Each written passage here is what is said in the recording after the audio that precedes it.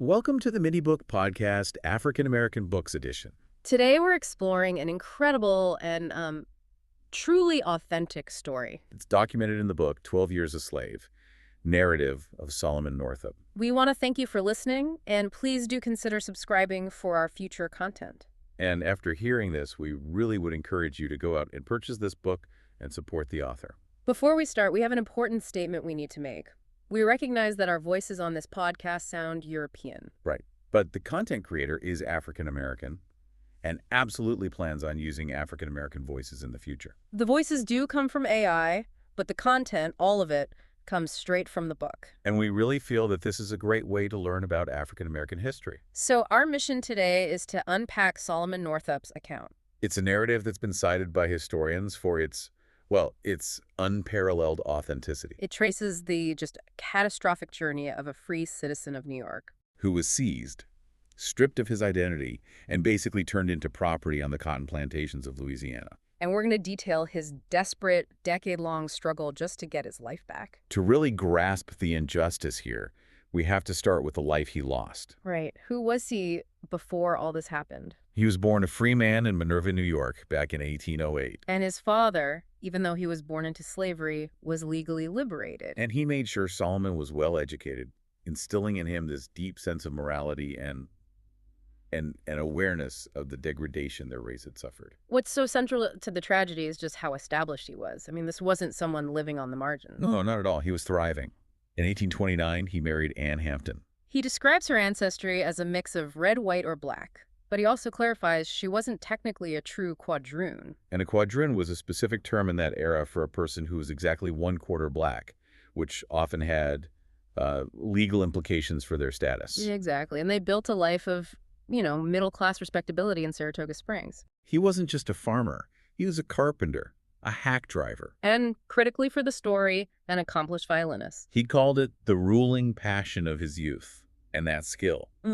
It gave him some comfort later on when he really, really needed it. And they had a family, 3 children, Elizabeth, Margaret, and Alonzo. Northup writes about having pleasant dreams for their future. And all of those dreams were shattered in a single calculated moment, March 1841. He's approached by 2 men who seem respectable, Merrill Brown and Abram Hamilton.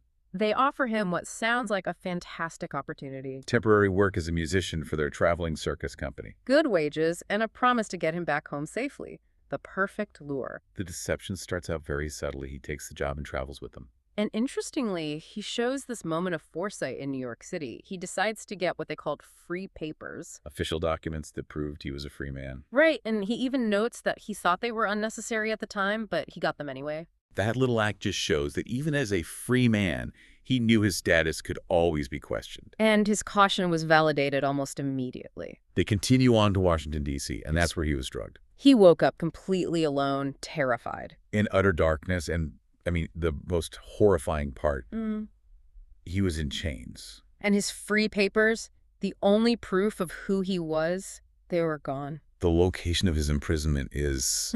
It's just so profoundly symbolic. He was in a place called William's slave pen. Which was standing, in his own words, within the very shadow of the Capitol building. Yeah, he captures that terrible irony perfectly. He wrote that the voices of patriotic representatives boasting of freedom and equality and the rattling of the poor slaves' chains almost commingled. The highest symbol of American freedom was right next to the engine of its bondage. And it wasn't a slow process. The brutality was immediate. He's introduced to James H. Birch, a notorious slave dealer. Birch just instantly claims Northup is his property, a runaway from Georgia. So when Northup protests, when he says, "I am a free man from Saratoga," Birch's response isn't a conversation, it's torture. he immediately called for his instruments. One was the paddle. Which was a thick piece of hardwood, and it was bored with holes. Yeah, specifically designed to create suction to maximize the pain with every strike. The other was the cat-o'-nine-tails, a heavy rope whip with multiple knotted strands. Birch gave him an ultimatum. He swore he would either conquer or kill him if Northup ever said the word free again. That whipping was what surgically removed his identity as Solomon Northup. And created Platt. He was then shackled and put on a ship to the New Orleans slave market. He was marched as part of a slave coffle. And a slave coffle, for those who don't know, was a long chain of human beings handcuffed, marched together as a group. Right through a country that was stamping liberty on its coins, the cruelty is just staggering. His account is just so valuable because it shows the sheer efficiency of the internal slave trade. In New Orleans, at Theophilus Freeman's slave pen, he formally becomes Platt. And they were immediately prepared for sale, like livestock. Washed, shaved, given new clothes. Forced to dance, to act smart and lively. Basically trained to be a more appealing product. It's in that market that we get one of the most heartbreaking stories in the entire book. The story of Eliza. A woman who had been deceived into thinking she was traveling to freedom. She was there with her 2 children, Randall and Emily. Her separation from them just shows the pure, cold cruelty of the market. She begged buyers to keep her and her children together. She promised to work day and night. But Randall, her son, was sold first. Gone, despite her screams. And then comes the ultimate horror. The dealer, Freeman, refused to sell her daughter, Emily. And this wasn't out of any kind of mercy. It was a business decision. He said Emily, being so young and beautiful, would one day be worth $5,000 for such an extra, handsome, fancy piece. He saw a child as an appreciating asset, a financial instrument. And Eliza understood exactly what that meant for her daughter's future.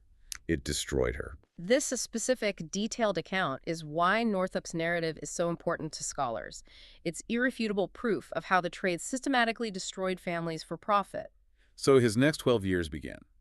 And his first master, William Ford, is a complicated figure. Very. Ford was a Baptist preacher, and by the standards of the time, comparatively humane.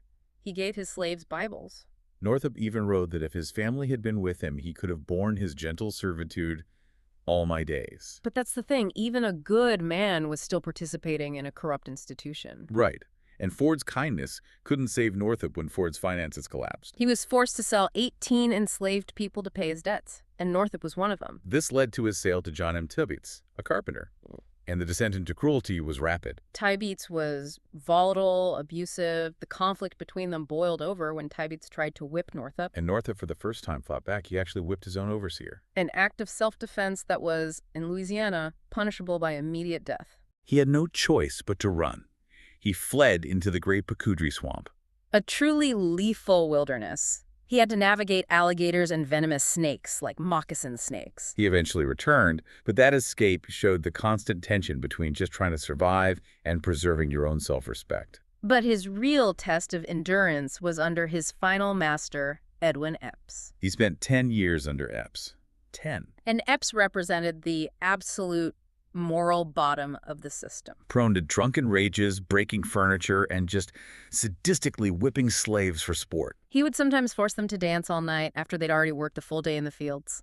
The entire plantation's rhythm was just the relentless toil of cotton farming. Work from dawn until dark, sometimes until midnight if there was a full moon. And then the terror of the weighing process at the gin house. Because any mistake, any shortfall meant immediate punishment. The smallest thing, like finding a dry leaf in your cotton, could get you 25 lashes. Standing idle for a moment. 100 lashes. Trying to run. 500. It was psychological warfare.